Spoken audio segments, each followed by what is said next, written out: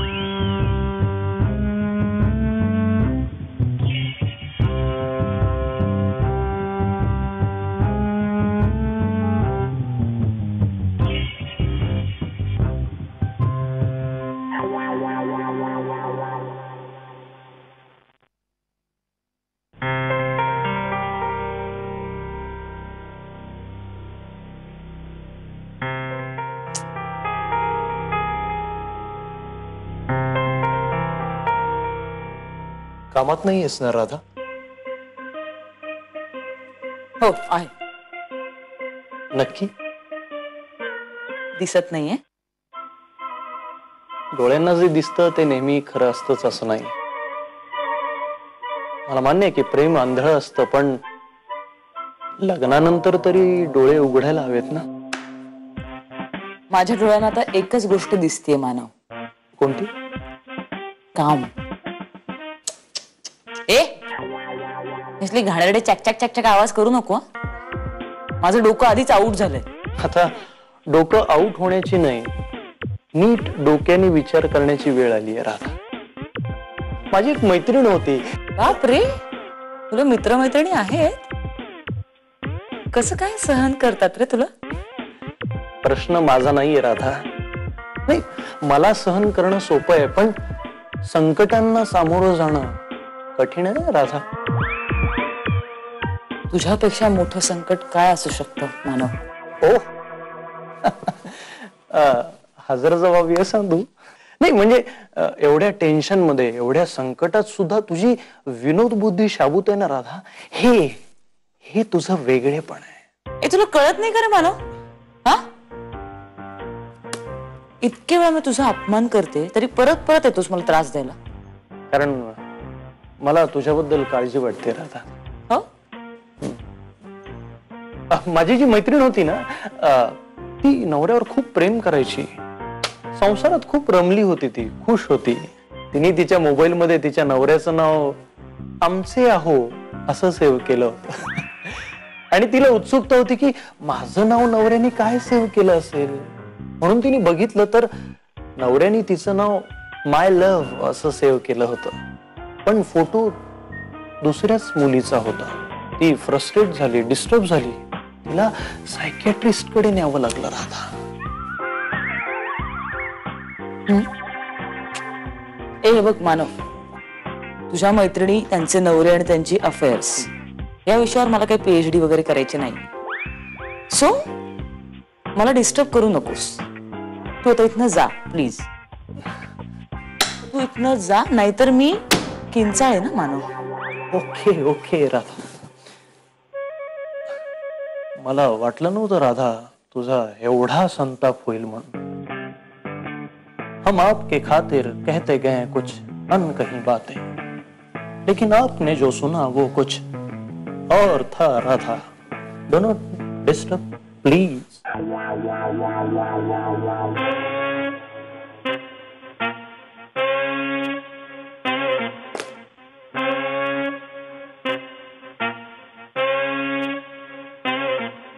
कुणाचा फोटो ठेवलाय घनश्यामनी? मला काय करायचं?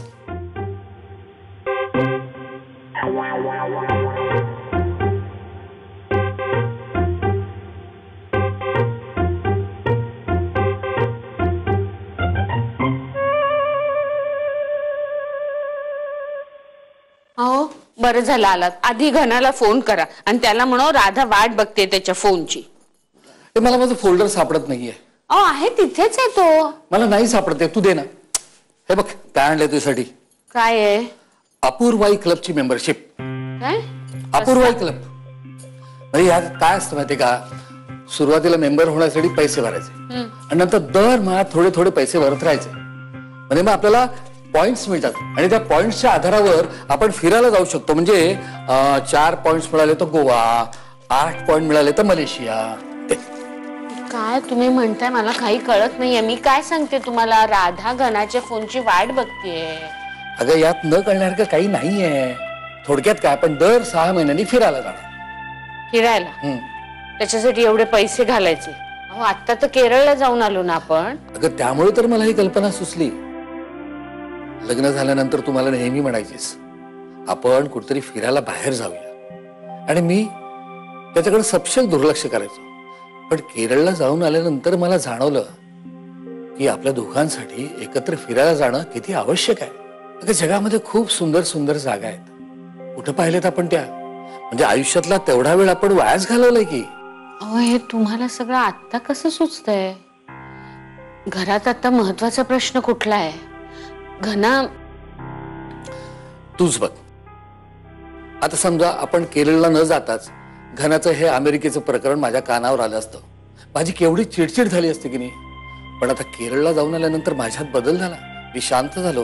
आता मी सगळ्या गोष्टींकडे तटस्थपणाने पाहू शकतो. आलं लक्षात. हो पण त्यासाठी एवढे पैसे आत्ता गुंतवायचे याची काही गरज आहे का? हे बघ, लोक गुंतवणूक करतात. कोणी जमिनीत पैसे गुंतवतात, कोणी शेअर मार्केटमध्ये गुंतवतात, आणि कालांतरानं त्याला जास्त पैसे मिळतात, मान्य. पण ही गुंतवणूक आहे ना, सुखाची गुंतवणूक आहे. याचे रिटर्न्स इमिजिएट, तात्काळ असतात. म्हणजे तुझ्या चेहऱ्यावरचा आनंद माझ्यासाठी तरी तो अमूल्य आहे ना. आणि तो आनंद मला नेहमीसाठी जपून ठेवायचा आहे. मला कळतंय हो, पण अजून वळत मात्र नाहीये.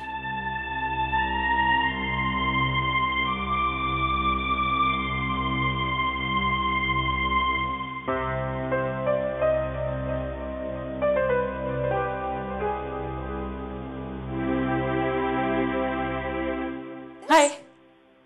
ए नमिता, मला पण थोडी कॉफी दे ना प्लीज.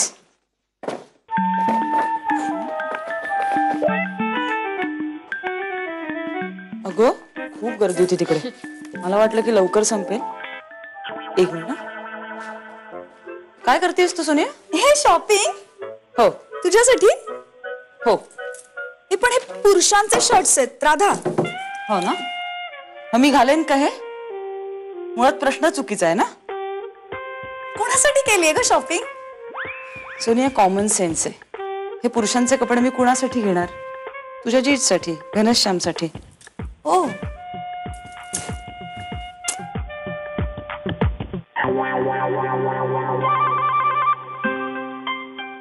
राधा, हा पण जीज नाही घालत असे कपडे. ते ना असे मस्त फंकी कपडे घालतात. म्हणूनच त्याला थोडीशी शिस्त लावणार आहे मी. एक कपडा धड नाहीये घनश्यामकडे. पण ते घालतील हे कपडे? नाही म्हणजे त्यांच्या टाईपचे नाहीयेत ना, आणि नाही घातले त्यांनी तर. सोनिया किती प्रश्न पडतायत ग तुला. हे कपडे मी घेतले ना तेव्हा सुद्धा एवढे प्रश्न नाही पडले मला. तुला फक्त बघताना एवढे प्रश्न पडतायत. नाही घातले ना घनश्यामने हे कपडे तर मी देऊन टाकेन कोणाला तरी. हा गॉट इट. Thank God. चल आले.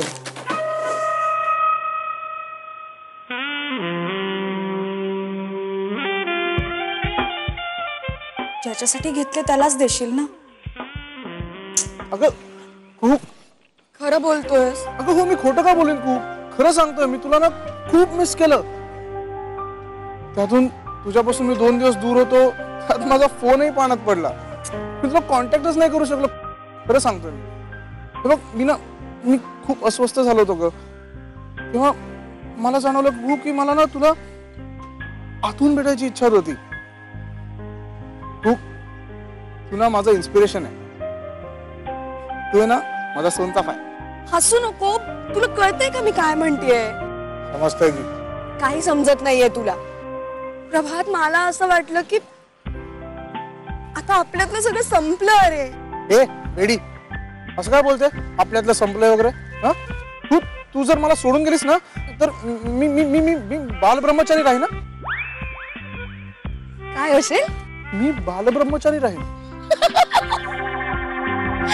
कसं असेल बालब्रह्मचारी? सॉरी, पण तू खरंच लहान मुलासारखा आहे सर. एका क्षणात रागवतोस काय, परत नॉर्मलला काय येतोस, आणि डम पण आहेस थोडासा. तू डम नाही हा प्लीज. पण ना मला या 2 दिवसात कळलंय की आपल्या घरच्यांचा किती जीव असतो रे आपल्यावर, आणि आपण किती छोट्या छोट्या कारणांसाठी त्यांना दुखवतो रे. हो ना, पण आपण नाही दुखवायचं. आपण ना लवकरात लवकर घरी सांगूया. हा, हेच मी सांगितलं तर चिडलास ना माझ्यावर. मी तर कधीपासून वाट बघतेय, कधी एकदा तू घरी येशील आणि मला मागणी घालशील. ये लवकर ये. माझं थोडं काम आहे, ते आटोक्यात घेतो आणि मग लगेच येतो. तुला माहितीये, गेल्या 2 दिवसात मला एकही कविता झालेली नाहीये. साधी विरहाची पण नाही. हो असं झालं? हो. डोंट वरी, आता मी आलोय ना, आता खूप कविता होतील तुला.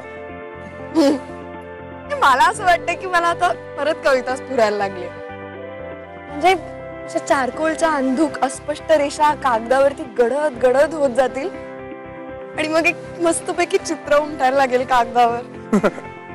कोणाचं? एक वेडा माणूस. त्याचे गाल ओढले की लाल लाल होतात, आणि त्याच्या डोळ्यात पाहिलं ना की तोच लाजतो. हा माणूस कोण आहे? तू दुखता ना. प्रेमात दुखलंच पाहिजे. या गाल लाल झाले.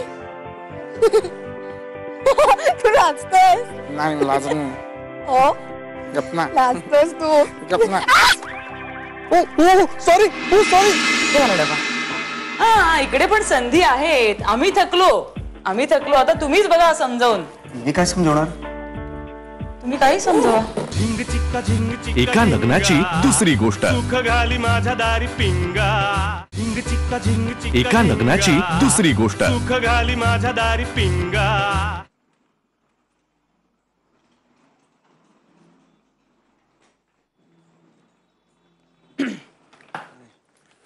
वहिनी, हा ना. नाही ठीक. पेपर जरा उचलता का प्लीज?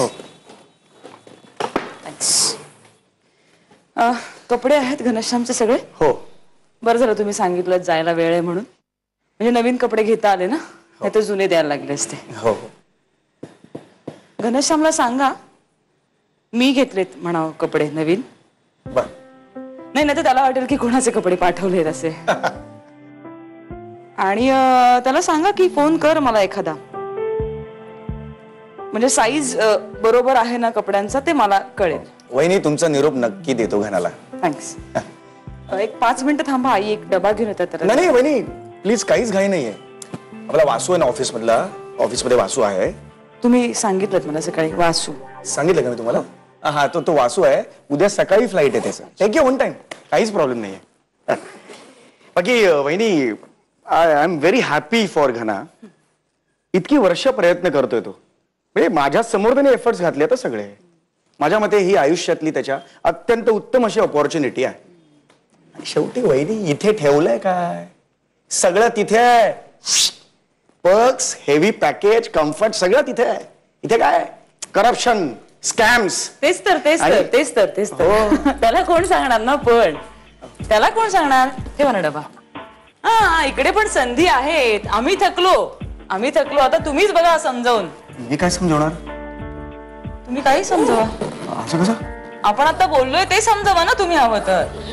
आपण हो समीर, हो खरंच तू जरा सांग त्याला. हो सांगतो. बरं झालं तू आता परत आलास ते. तू आता थांबतोस का? जेवूनच जा हवं तर. जेवण हो नाही, निघतो मी. कारण का तो वासू उद्या सकाळी चाललाय तो, त्यामुळे आज रात्रीच देतो ना त्याला बॅग. असं म्हणतोस? येतो मी. ये परत ये. हो नक्की नक्की येतो. थँक्यू.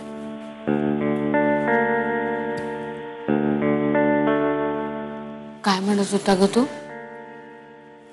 हे ना, हा तेच की आपल्या देशात काही कमी संधी उपलब्ध आहेत का? हो ना. बघ अख्ख्या या जगाला कळतंय. घनाच्या डोक्यात कधी प्रकाश पडणार आहे कोणास ठाऊक.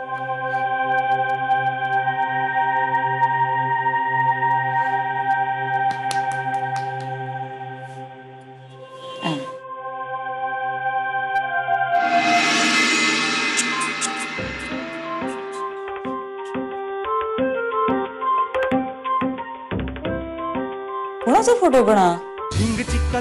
एका लग्नाची दुसरी गोष्ट. सुख घाली माझ्या दारी पिंगा. झिंग चिक्का झिंग चिक्का. एका लग्नाची दुसरी गोष्ट. सुख घाली माझ्या दारी पिंगा.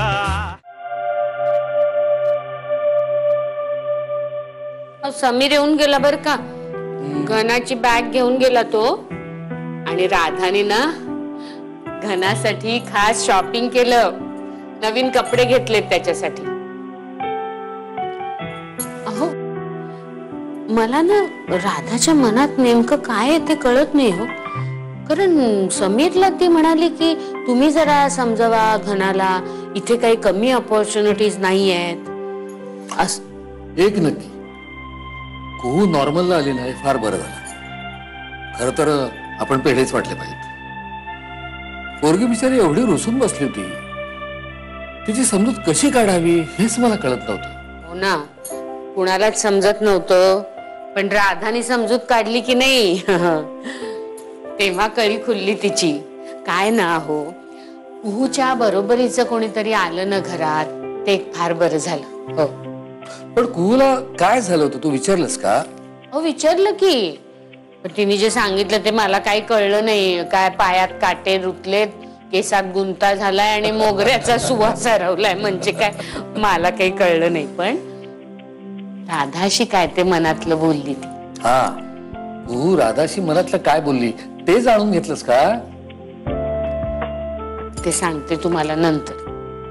पण आपण राधाचे आभार मानायला पाहिजेत की नाही. खरंच खूप गुणी आहे मुलगी हो. घरातल्या म्हणजे कितीतरी जबाबदाऱ्या न सांगता तिने घेतल्या आणि सगळ्यांचं मन जाणते ती. म्हणजे अगदी गंमत म्हणजे यानापासून ते माईंपर्यंत सगळेजण तिच्याशी आपलं मन मोकळं करत असतात.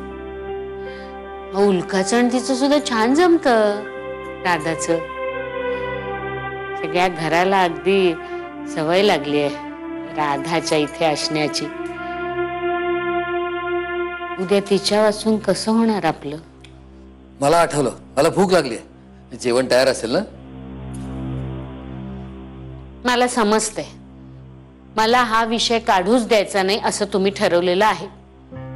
पण मी तुमच्याशी सुद्धा नाही का बोलायचं? सगळं मनात दडपूनच ठेवायचं? ज्या गोष्टी बोलल्याने मनाला आनंद होतो त्या गोष्टी बोलाव्यात. ज्या गोष्टी बोलल्याने मनाला क्लेश होतात, यातना वाढतात, त्या गोष्टी कशाला बोलायच्या?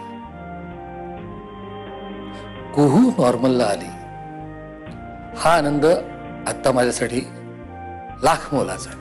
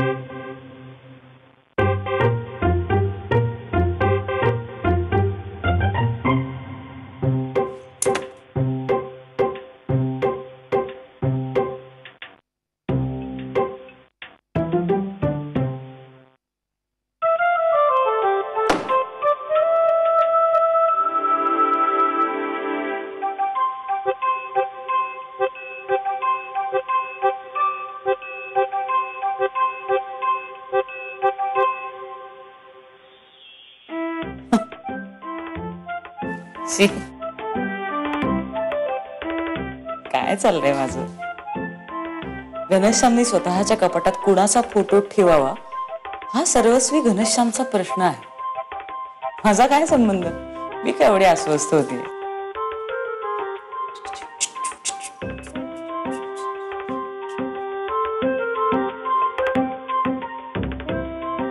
कुणाचा फोटो पण हा?